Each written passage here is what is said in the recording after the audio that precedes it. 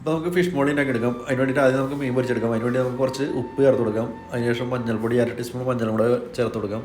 അതിലേക്ക് 1 ടീസ്പൂൺ കുരുമുളക് പൊടിയും ചേർത്ത് അരമുറി ചെറുനാരങ്ങ നീരും കൂടെ ചേർത്ത് ഇതൊന്ന് പേസ്റ്റ് ആക്കിയിട്ട് നമുക്ക് വറുക്കാനുള്ള മീനിൽ ചേർത്ത് കൊടുക്കാം. ഇതിപ്പോൾ 1 കിലോൻ്റെ ഒരു നെട്ടർ മീനാണ് നമ്മൾ എടുത്തത്. അത് നല്ലൊരു മീനാണത്. ഇനി അത് നമുക്ക് ഫ്രൈ ചെയ്തെടുക്കാം. വെളിച്ചെണ്ണയിൽ വേണം നമ്മളത് ഫ്രൈ ചെയ്തെടുക്കാനായിട്ട്.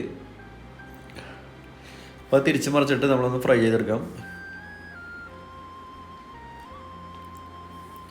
അതിനുശേഷം അതുപോലെ ഒരു ഉരുളി വെച്ചിട്ട് ഉരുളിയോ എന്തെങ്കിലും ഒരു കട്ടിയുള്ള പാത്രം വെച്ചിട്ട് അതിലേക്ക് നമുക്ക് ഒരു സവോള അതുപോലെ കനമറച്ച് നീളത്തിൽ അരിഞ്ഞ് ചേർത്ത് കൊടുക്കാം.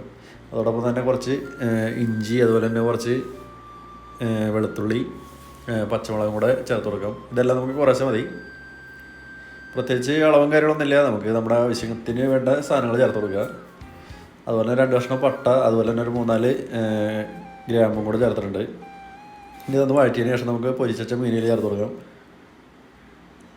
ഇനി ഒരു 4 തക്കാളി ഇതുപോലെ കട്ട് ചെയ്തിട്ട് അതും കൂടെ ചേർത്ത് കൊടുക്കാം.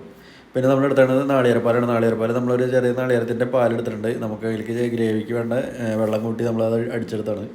ആ പാൽ ഒഴിച്ചതിന് ശേഷം നമുക്ക് ആവശ്യത്തിന് ഉപ്പും ചേർത്ത് കൊടുക്കാം. അതുപോലെ തന്നെ ചതച്ച കുറച്ച് കുരുമുളക് ഒരു 1/2 ടീസ്പൂൺ അത് ചേർത്തിട്ടുണ്ട്. അതിനുശേഷം നമുക്ക് അരിപ്പൊടി ഇതുപോലെ ഒരു 1/2 ടീസ്പൂൺ അരിപ്പും കൂടെ ചേർത്ത് കലക്കി അതും കൂടെ ചേർത്ത് കഴിഞ്ഞാൽ നമ്മുടെ ഫിഷ് മോളി ഇവിടെ റെഡി ആയിട്ടുണ്ട്.